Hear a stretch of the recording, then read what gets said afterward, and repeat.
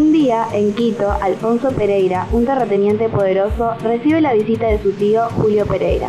El llegado le recuerda la existencia de una deuda vencida y le reclama que debe pagarla. Don Alfonso, que pasa por una mala situación económica, le dice que no cuenta con el dinero suficiente. Sin embargo, Julio considera que si su sobrino explota las tierras que posee en el pueblo Tomachi, la obligación se cancelará.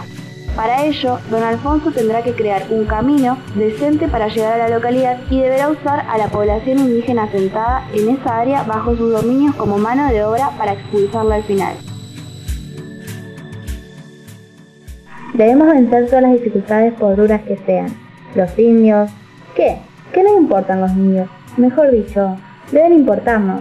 Claro, ellos pueden ser un factor importantísimo en la empresa. Los brazos, el trabajo.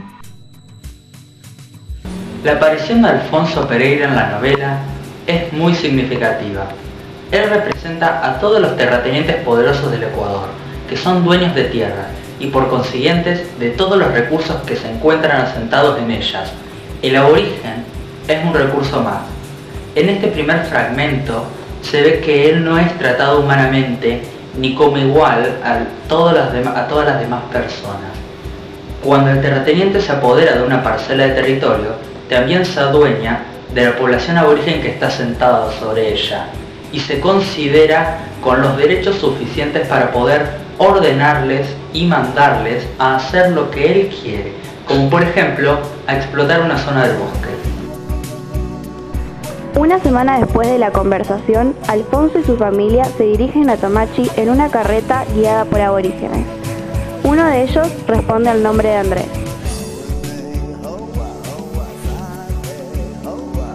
Cuando llegan al pueblo, la carreta circula por la calle principal y la familia observa la absoluta pobreza de la gente que los saluda. Arriban a la propiedad de don Alfonso y los recibe Policarpio, el mayordomo de la casa, un mestizo entre indio y blanco. Atardecía cuando la cabalgata entró en el pueblo de Tomachi.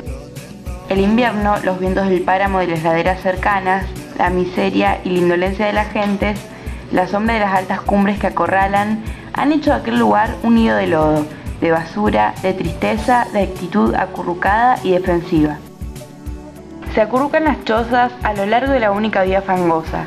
Se acurrucan los pequeños a la puerta de las viviendas a jugar con el barro podrido o a masticar el calofrío de un viejo paludismo. Se acurrucan las mujeres junto al fogón, tarde y mañana, a hervir la mazamorra de mashca o el locro de cuchipapa. Se acurrucan los hombres de 6 a 6 sobre el trabajo de la chacra, de la montaña, del páramo, o se pierden por los caminos tras de las mulas que llevan cargas a los pueblos vecinos. Se acurruca el murmullo del agua de la acequia tatuada a lo largo de la calle, de la acequia de agua turbia donde sacian la sed los animales de los guasipungos vecinos, donde los cerdos hacen camas de yodo para refrescar sus ardores, donde los niños se ponen en cuanto para beber, donde se orinan los borrachos. Al dejar de arrastrar el vehículo, Andrés se enfila hacia su guasipungo, morada de los indígenas, y descubre que su amante, Kunshi, no está. Cuando ella retoma, Andrés le pega porque dejó a su hijo llorando, pero la perdona. Andrés simboliza a cualquier aborigen. Él representa a la explotación aborigen en la novela. Le pega a su amante Kunshi no por haber abandonado al niño, sino porque abandonó el guasipungo. Esto también da el gran significado que es la vivienda indígena para su pueblo. La morada para el aborigen significa el poco acceso que tienen a la propiedad privada. La parcela de tierra en la que se asienta el guasipungo no es suya, pero por lo menos tienen la libertad de elegir cómo vivir dentro de su guasipungo. En un mundo donde todas las reglas los censuran y donde nadie les permite hacer absolutamente nada, ellos encuentran su pequeña parte de libertad en su vivienda. La familia Pereira vive durante el invierno en Tomachi, tiempo suficiente para que Alfonso entablase relaciones con el capataz, Jacinto Quintanda, y el cura del pueblo, figuras importantes e influyentes. Todos ellos son quienes toman las decisiones en la localidad siguiendo fines lucrativos.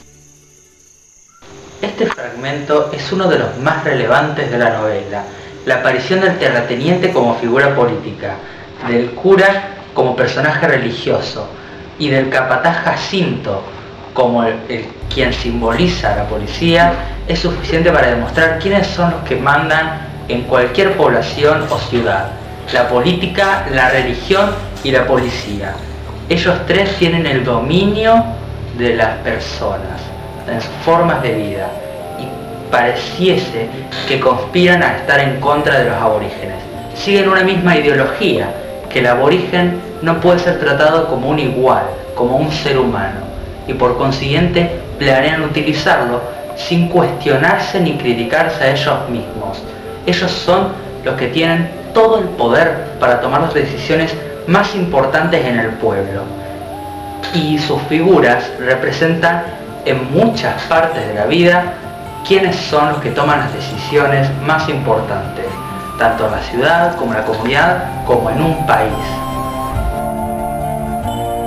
Alfonso Pereira compra un bosque y ordena a los indígenas varones que asientan sus guasipungos en sus tierras, que vayan a trabajar en el monte para extraer carbón y madera. Se amenaza al indio con quitarle su guasipungo, lo que es terrible para ellos. Por otra parte, Policarpio llama a Kunshi para que amamante a la nieta de don Alfonso, ya que la madre no puede. El jefe de explotación en el bosque es don Rodríguez. Los indígenas duermen en chozas rotas. Todos los domingos, don Rodríguez les da medio día libre que usan para visitar sus guasipungos. En uno de esos, Andrés vuelve a su guasipungo y no encuentra a Kunshi porque desconoce que mora en la propiedad de don Alfonso por ser nodriza. Decide, en consecuencia, destapar el cauce del río que continuamente rebalsa para evitar la inundación de los guasipungos. En el proceso, se corta una pierna con un hacha. Don Rodríguez usa sus dones falsos de sanador y lo envía de vuelta a la casa del patrón para que repose, porque Andrés ya no le sirve más. Policarpio y un curandero visitan a Andrés para asegurarse de que no miente con su incapacidad. Se cicatriza la herida con fuego y se le explica al indígena el trabajo de Kunshi y que, por la bondad de don Alfonso, puede seguir viviendo en su guasipungo. El terrateniente, aprovechándose de su posición, decide violar a Kunshi porque sabe que no puede argumentar nada en su contra y que ella y su familia son dependientes de él. Gritar, para que le quiten el guasipungo al longo, para que comprueben las patronas su carichinería. ¿Para qué? No, eso no. Era mejor quedarse en silencio, insensible. Al desocuparse el patrón y buscar a tientas a la puerta, comentó a media voz: son unas bestias. No lo hacen gozar a uno como es debido. Se quedan como vacas. Está visto, es una raza inferior. Se concreta una reunión en la casa del policía entre don Alfonso, el cura y Jacinto. Mientras se embriagan, concuerdan en comenzar con la construcción del carretero para modernizar el pueblo lo antes posible. El terrateniente ofrece la mano de obra, el indígena. El sacerdote propone convencer al pueblo indígena con la celebración de la Virgen de Cuchara. Pereira le dice a Jacinto que busque más alcohol en su casa, dándole las llaves. Aprovechando su ausencia, el cura y Alfonso violan a Juana, la esposa del capataz. Una vez más se evidencia la gran influencia de la política, la religión y la policía en las decisiones. El terrateniente, que simboliza la política, propone entregar a la mano de obra sin ningún costo alguno, libremente, para poder crear ese carretero. El cura, que representa a toda la religión, está firmemente seguro de que el pueblo va a seguirlo si consigue crear una procesión para la Virgen de Cuchara. El pueblo aborigen cree en la religión y la religión lo utiliza para conseguir sus propios fines. Don Alfonso le ordena a Policarpio que se aumente la agricultura en sus tierras y que los aborígenes no destapen más el río. El terrateniente encuentra otro motivo más para echar a los indígenas de sus dominios. Sus guasipungos están en la parte más fértil. El cura realiza la celebración religiosa y consigue persuadir a los aborígenes de participar en la construcción del carretero. La primera semana de trabajo es intensa porque el espíritu convencido sigue vigente. Durante la segunda, los indios deben dormir a la intemperie porque sus guasipungos quedan lejos. Ya en la tercera semana la alegría desaparece y los problemas se evidencian. Una lluvia torrencial termina con los esfuerzos. Los niños se quejan y aparece un muerto que rápidamente es escondido. Quienes controlan la construcción acceden a dar latigazos a quienes se resignan a trabajar argumentando que, al vivir en las tierras de Alfonso, ellos le pertenecen. Se reparte aguardiente, alcohol y comida al indio para que prosiga. Las ideas marxistas también aparecen en la novela. La burguesía, el terrateniente, que explota al proletariado, que es el aborigen. La religión es el opio de los pueblos, también dice Marx, y en esta novela eso también coincide. La iglesia, el cura, quiere conspirar para utilizar al aborigen en la construcción del carretero. Marx también dice que el alcohol es una forma que tiene la burguesía de controlar a las masas populares. Y en la novela esto también sucede. El terrateniente le otorga alcohol y comida al aborigen para evitar que piense sobre su situación y para que continúe trabajando en las condiciones de explotación y de esclavitud. A la sombra de ese entretenimiento narcotizante exaltado por el guarapo y por el aguardiente, nadie se preocupó por el derrumbe de la loma, donde murieron 3 indios y un muchacho. Y así terminó la minga. Y así se construyó el carretero que fue más tarde el orgullo de la comarca. Al llegar al pantano, ambiente hostil, se produce lentamente el proceso de secamiento. Fallecen aborígenes que son sumergidos en las arenas tras intentos fallidos de rescate. Una vez finalizada la construcción, en una celebración se dan méritos a los líderes del proyecto, el cura, el policía y el terrateniente, pero no se nombra en ningún momento al aborigen. La prensa de todo el país engalanó sus páginas con elogios y fotografías que enlazaban la heroica hazaña del terrateniente, del señor ingeniero, del cura párroco, del teniente político, del Puerto Rodríguez, de los hermanos Ruata y del cholerío mingueiro. ¿Y los indios? ¿Qué se hicieron de pronto los indios? Desaparecieron misteriosamente. Ni uno solo por ningún lado, en ninguna referencia. Bueno, quizás por su aspecto, su condición no encajaba en la publicidad, o no se hallaron presentes en el momento de las fotografías. Un día, Hualacoto, un indio, visita al cura para pedirle que baje los presupuestos de los costos de la celebración a la Virgen para agradecer el nuevo carretero, ya que él debe encargarse de ello y no cuenta con dinero. El sacerdote se niega y el aborigen insulta a Dios. El clérigo vaticina una maldición sobre su pueblo y Hualacoto se retira asustado. Al llegar a los guasipungos, Hualacoto ve que se inundaron. El pueblo aborigen lo asesina por su falta y se ofrece al cura para organizar la fiesta, rendido y arrepentido por la culpa de la ofensa. Poco tiempo después, la comunidad aborigen sufre de hambre. Algunos piden a Alfonso que les dé comida en vez de dinero, pero este argumenta en contra, afirmando que dar alimentos por trabajo es una costumbre salvaje. Y como si alguien hubiera abierto la compuerta de las urgencias físicas de aquella masa taimada y prieta, todos encontraron de inmediato algo que decir del hambre de los guaguas, de las enfermedades de los viejos, de la carichinería de las longas, de la tragedia de los guasipungos desaparecidos, de la miseria posible de otros años y de la imposible en que vivían. Rápidamente aquello se volvió en un clamor de amenaza, caótico, rebelde, en donde surgían y naufragaban diversos gritos. El terrateniente les echa a los perros y llama a la policía de Quito solicitando ayuda porque teme una revolución. El hambre es voraz y se suma una epidemia que mata a niños y ancianos. Año angustioso que por el valle y por la aldea del hambre, solapada e inclemente, flagelaba a la gente de las cosas, de las chozas y de los guasipungos. No era el hambre de los rebeldes que se dejan morir, era el hambre de los esclavos que se dejan matar saboreando la amargura de la impotencia. No era el hambre de los desocupados, era el hambre de que maldice el trabajo agotador.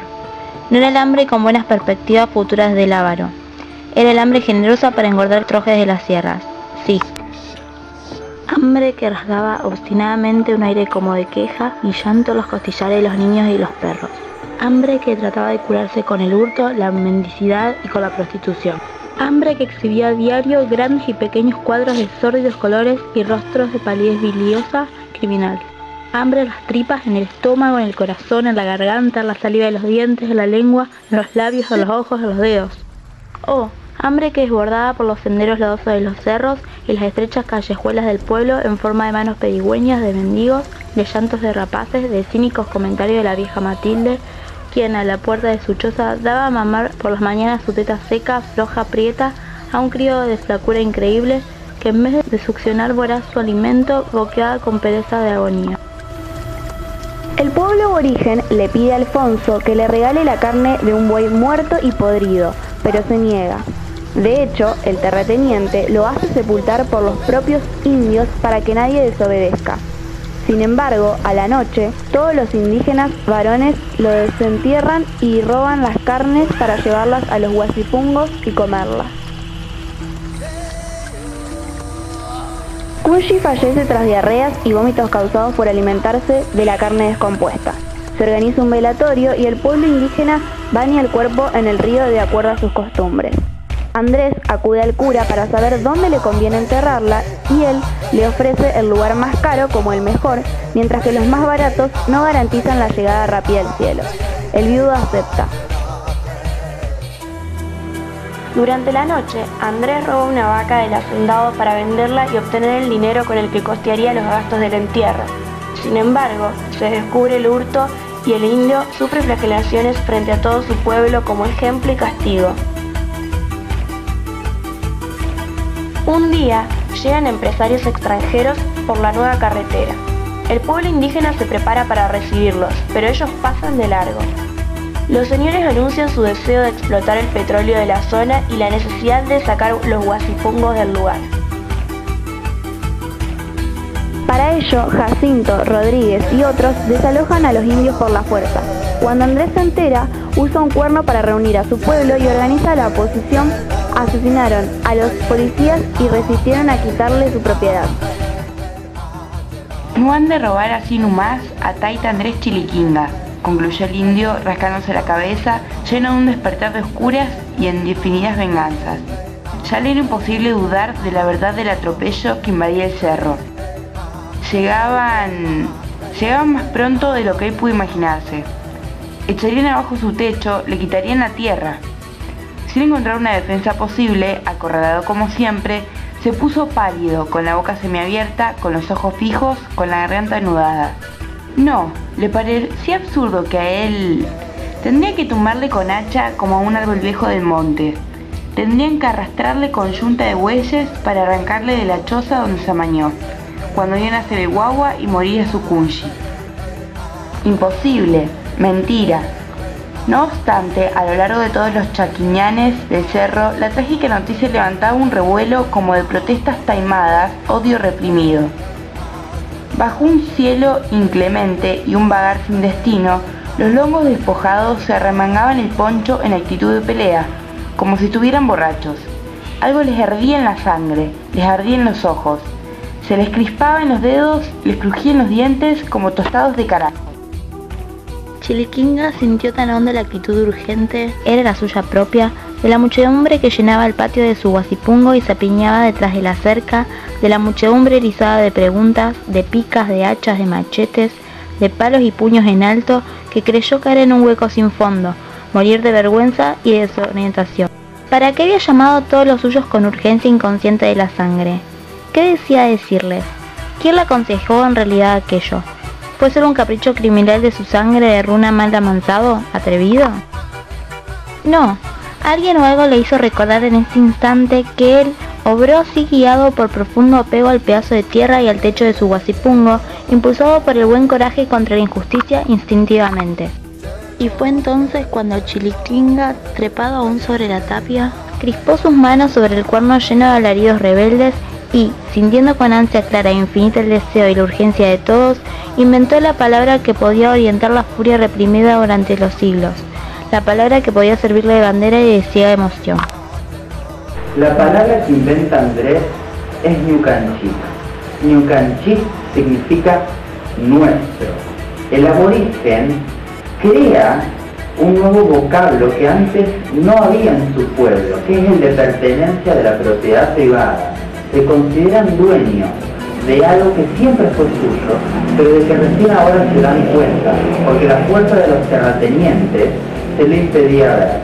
Nuestro es la palabra. No es un sentimiento individualista, sino colectivo. El Huasipungo no es de solamente una familia aborigen, sino que es de todo el pueblo. Son todos hermanos que se quieren ayudar entre sí. Esta novela quiere dejar como trasfondo, aparte de la gran explotación aborigen, los grandes beneficios que tienen pertenecer a ellos en cuanto a los sentimientos de fraternidad y de hermandad que se tienen mutuamente. El aborigen es una buena persona y sabe que vive en condiciones de explotación y sin embargo ama a todos sus compañeros. Alfonso pide refuerzos a las Fuerzas Armadas de Quito. Que se les mate sin piedad a semejantes bandidos. Que se acabe con ellos como hicieron otros pueblos más civilizados. Que se les elimine para la tranquilidad de nuestros hogares cristianos. Hay que defender a las glorias nacionales. A don Alfonso Pereira, que hizo solo un carretero. Hay que defender a las desinteresadas y civilizadoras empresas extranjeras. Llegan 200 hombres del ejército que aniquilan a toda la población aborigen e incendian sus huasipungos. Andrés fallece. La novela termina de la peor manera para el aborigen. Se lo asesina. El hombre civilizado considera que él es un estorbo para cualquier forma de crear una vida correcta, cualquier forma de civilizar, de poder progresar. El aborigen no hace nada más que estorbar y por lo tanto hay que quitarlo del medio, hay que aniquilarlo. Don Alfonso Pereira, junto con el presidente de Quito, porque fue él quien envió las Fuerzas Armadas del Ejército, no tiene ningún inconveniente en matar al aborigen. Y eso nos debe hacer reflexionar a nosotros sobre el papel del indígena en nuestra sociedad. Es un marginado, sin embargo, debemos incorporarlo. Es nuestra obligación confraternizar con ellos, poder dialogar e intentar sumarlos a la civilización. Sin embargo, esto debe suceder de buena manera, no por el uso de la fuerza ni la violencia, y solamente si ellos desean. En el caso de que ellos no quieran, no los debemos obligar.